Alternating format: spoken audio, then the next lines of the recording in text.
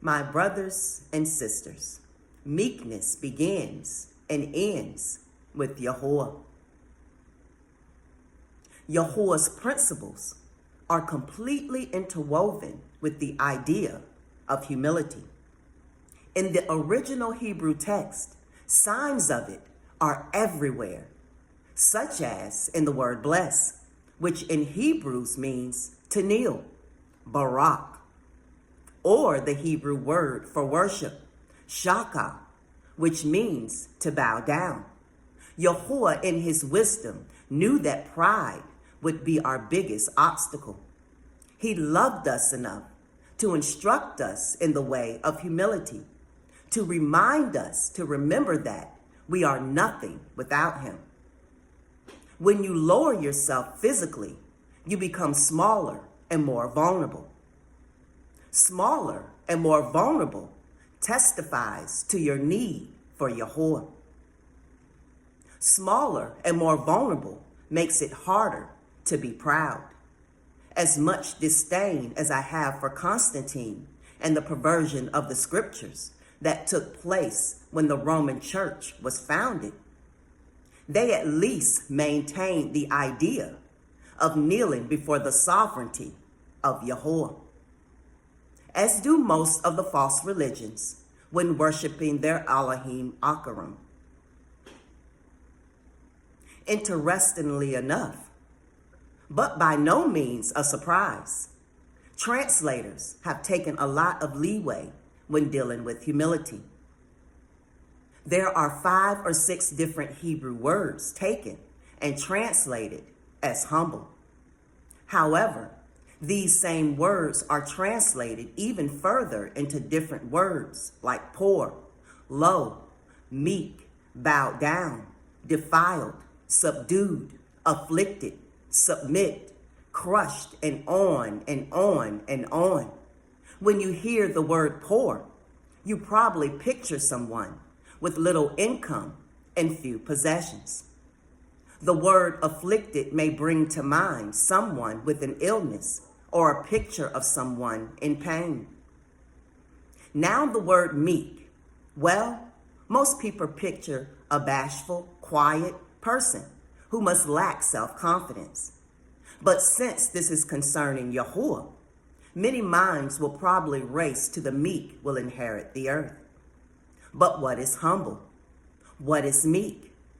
Is scripture telling us that those who are bashful and quiet will inherit the earth? Or is it those who are poor?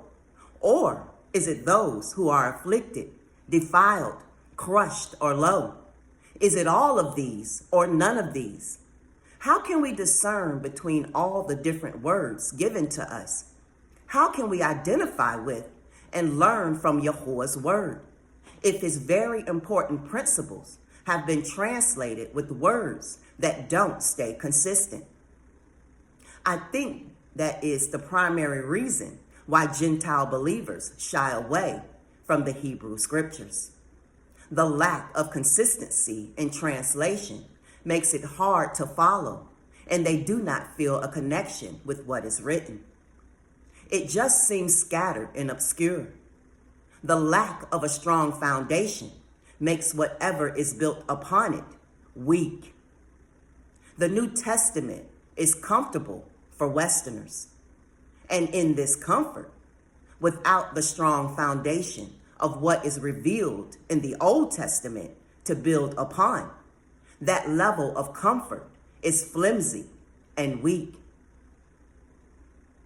The Hebrew language is consistent. Every letter has meaning. Letters are built into root words, which have meaning, and root words are added to or combined to make other words. The words that are created carry the meaning of all that they are built upon. Just like the New Testament is built upon the Old. And that art, that depth, that dimension of understanding is lost in translation. So we know that the meek shall inherit the earth. But the promise of the meek inheriting the earth is not a New Testament revelation. The Hebrew word anah is often translated in scripture as humble. This word stems from the actions of responding or answering, as in testifying to, and being low. Not only is anah considered to mean humble, it is also found translated as poor, meek, and lowly. We find this noun used for the very first time in Numbers 12. In this account in the wilderness, Miriam and Aaron have a problem. They have a problem with Moshe. So much of a problem, YaHuWaH intervenes. YaHuWaH requires us to be clean to enter into his presence. In Exodus 19, when Moshe told the people that they would be called to come near the mountain to see YaHuWaH descend in the clouds and to hear his voice, they were given 3 days to prepare. They had 3 days to cleanse and purify themselves. And Exodus 19:15 specifically states that the men were not to come near a woman. Our Father's instructions pertaining to the different ways to become impure, unclean, between a man and a woman are outlined in the Torah. I won't go into detail here, but suffice it to say, drawing near a woman for a variety of reasons might cause the man to become unclean and unworthy to approach the mountain. YaHuWaH requires cleanliness. Thus Moshe strove to remain clean. In his heart, he knew that he must be clean in order to approach or to be approached by YaHuWaH. Simply put, Moshe didn't want to be called by YaHuWaH and be found in an unclean state, and therefore unable to answer the call. Imagine that for a moment. Miriam and Aaron found fault with this. After all, they ask in Numbers 12:2, has YaHuWaH only spoken by Moshe? Has he not also spoken by us? Obviously, they were not as zealous to remain clean as Moshe tried to be. As the story goes, YaHuWaH gets involved and Miriam quickly finds out how it feels to be unclean and separated from YaHuWaH and his people. He disciplines those he loves. And in regards to Moshe, Numbers 12:3 shows us for the first time that hook that links us so tightly to YaHuWaH. Blessed be he, if we are willing to see it. And the man Moshe was very meek, more than any man who was on the face of the earth. In the Torah, YaHuWaH informs Moshe that in the future, he will raise one like Moshe from among the Yehudim people. Deuteronomy 18:18. I shall raise up a prophet to them from among their brothers, like you, and I will put my words in his mouth, and he shall speak to them all that I shall command him. And in Deuteronomy 34:10, it is confirmed that there arose not a prophet since in Yasharel like unto Moshe, whom YaHuWaH knew face to face. Face to face. This, according to YaHuWaH, in the story of Miriam and Aaron, was the very thing that separated Moshe from them. This was why Moshe endeavored to remain clean. And this wholehearted submission and reliance on YaHuWaH, this complete willingness to trust and follow and obey, was an example of anah. The picture is a bit different now, isn't it? And we who are living today have the advantage of knowing that the prophet predicted in Deuteronomy that would be like Moshe is our Messiah, Yahusha. I just want us to soak up this truth, to soak up all these concepts concerning anah that are screaming at us. The reality that lowering ourselves is a testimony that we are completely dependent on him. Because Yahusha, the prophet like Moshe, did indeed exemplify and speak of Anah when he walked on this earth. Come to me, all those laboring and being burdened, and I will give you rest. Take my yoke upon you and learn from me, because I am meek and lowly in heart, and you will find rest to your souls. For my yoke is easy and my burden is light. The Greek word for meek that appears here is praus. Praus and its forms are used just as distinctly in the Greek as Anah, and its forms are used in the Hebrew. Praus does not mean humble. When we find the word humble in the Brit Kadasha, it is an entirely different word, tapanos. Praus is much, much more. If you reread these verses from Matthew, replacing meek with the idea of like Moshe, it has come around full circle. YaHuWaH is stating that he contains within himself the very traits of service to YaHuWaH and all that this service entails, just as Moshe did. He confirms that he is Anah, saving the people from bondage, making intercessions, testings, burden of leadership, teaching, even the offering of oneself to atone for the people, to name just a few. We're shared by both. In Exodus 32, 30 through 32, Moshe pleads with YaHuWaH to let his name be blotted out of the book of life to atone for the sins of the people. This didn't happen, but what is revealed as you continue to read through Exodus chapter 33 is just how close of a relationship our Father had with Moshe. Let's look at one more verse in the Tanakh that speaks about this character trait, Anah, which Moshe and YaHuWaH personified. The Ruach of YaHuWaH is upon me, because YaHuWaH has anointed me to proclaim good tidings unto the meek. Anah.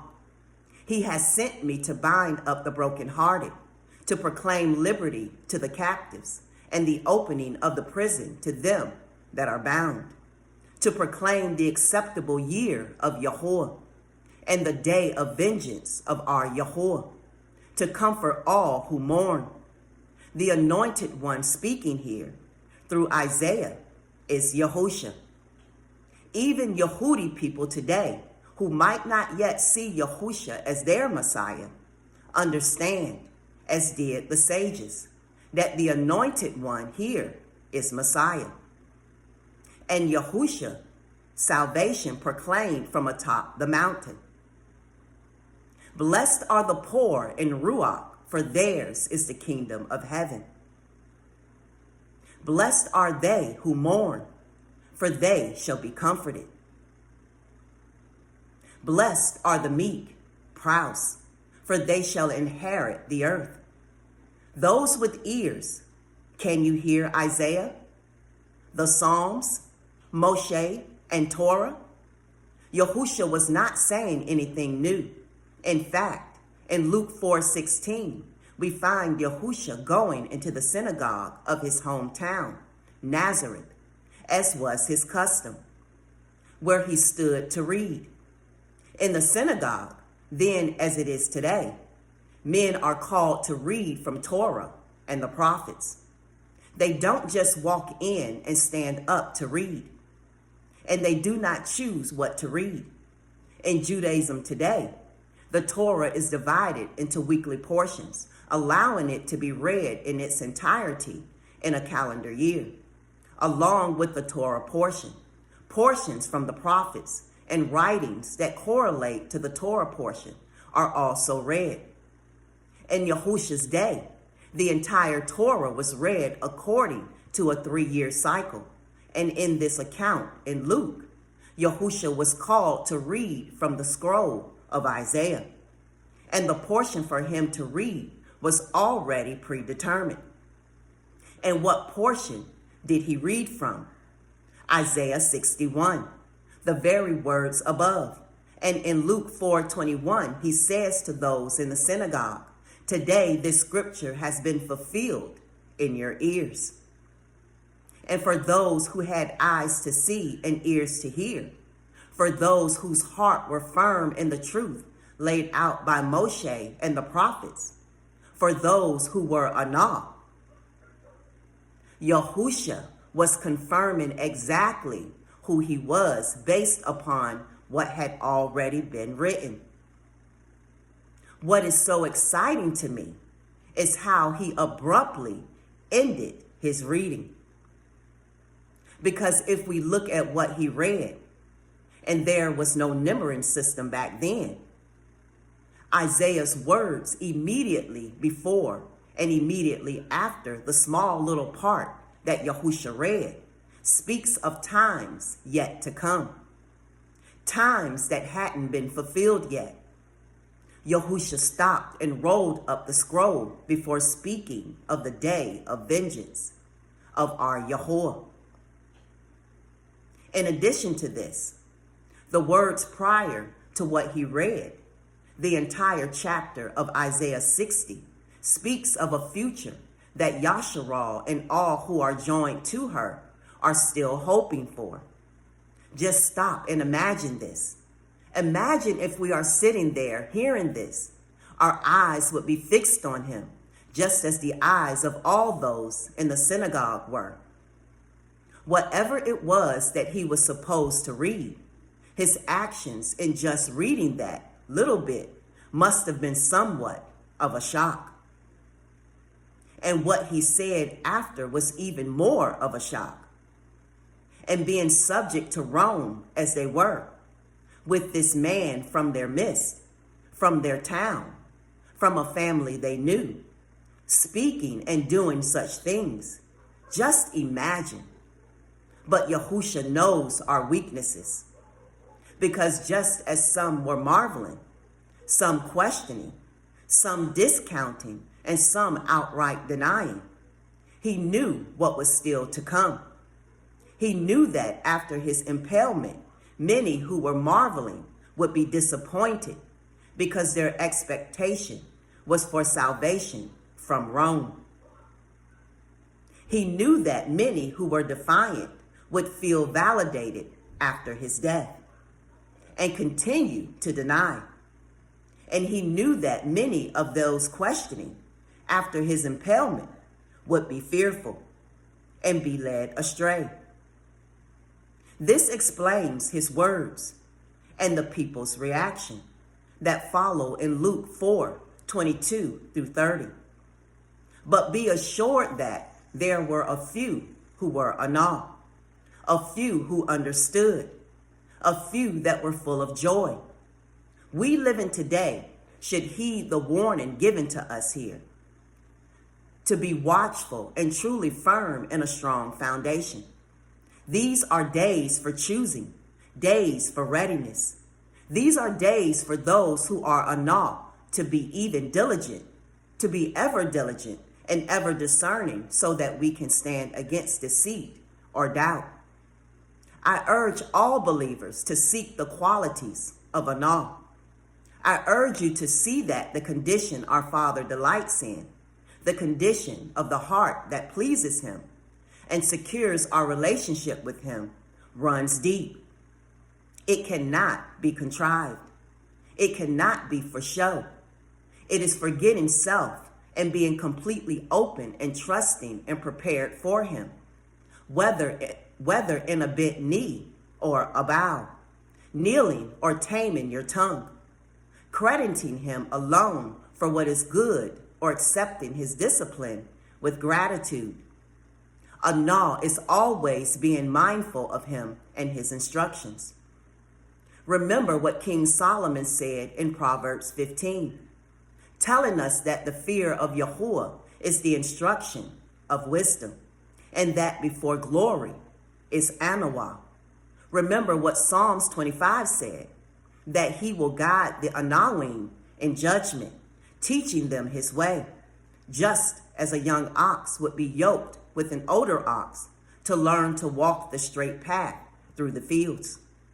YaHuWaH invites us to take his yoke and learn from him. We learn by immersing ourselves in the word. If he is the living word, which he is, we must walk with him through the fields of the Torah and the prophets to fully realize and magnify his desired potential in us. May we all endeavor to completely submit to the authority of our Father. Shabbat Shalom.